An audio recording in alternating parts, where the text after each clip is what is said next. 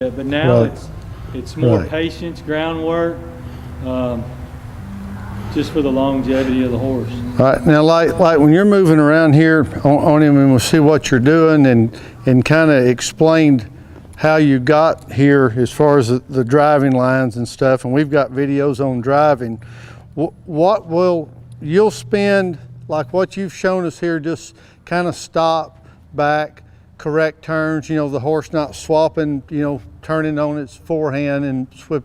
So putting the fundamental basics, that's going to last about 60 days and then a little bit, what would be the next step if a person has a horse that's just an accelerated student? So we've kind of shown them a little bit of what you're doing, and then as this horse, I guess as he gets better, what are you going to try to start doing a little more of? More calisthenics, more, hey, you know, getting where he turns, where you know where his feet are, and he knows. Like there, I don't usually, he's turning pretty good there, but I've not really asked him to do that much. There's a lot of horses that won't do that. Right. So, you know, and just like it's all a process, I start here because I don't want to get their head here. I don't need that. Yeah. So right. I just say, hey, if I'll start out here and say, follow your head. Now we'll see what the result. I literally have never asked him to turn, and now he'll just walk around a little bit. But that being said, Rob, a person that's evaluating a horse early, if they constantly want to lock on their front and turn their butts, that tells you right there that horse is heavy on his front end.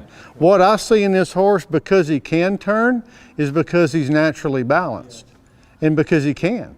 And that whether he's a good mover or not a good mover or a good trotter, all that's irrelevant. That is a balanced horse. Right.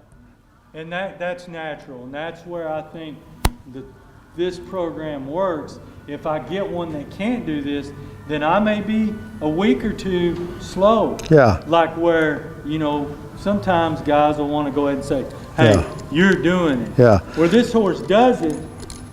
But if you're having to teach balance, you're in trouble, because when you think that you're going to teach balance, that you have to intervene in the first 30 days, then you've kind of evaluated that horse as far as an upper end horse. As a show horse, and that's rope horses, my cutting horses, rope horses, pleasure horses have got to stay up and on their butt. Right, right.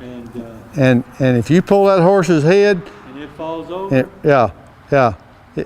you don't care what you're doing. That's just where it wants to be, you know. And people think that that's man-made, and maybe 20 years ago we did man-make some of that, but the breed is so accelerated now. You know, I've been out of it for 10 years, and when you got me started, I was like, wow. I mean, these horses, they hit here. I mean, the horse that won the world this year, in January, I'm like, she just stood up, she did everything up and square, and so, you know, nobody made her what she is.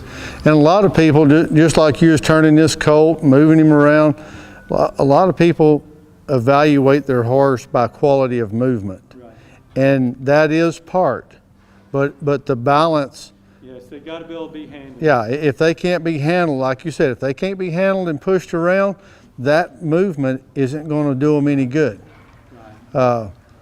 Nor will being a cow. They can have all the cow in the world, and they run over and flop on their front end. There's no way. That it just can't. They're going to get beat when it goes fast. Yeah. When they run over there, that horse is going to hit. He's going to have to take a couple of scramble steps and get beat. So it's all the same. At what time do you kind of start pushing hips and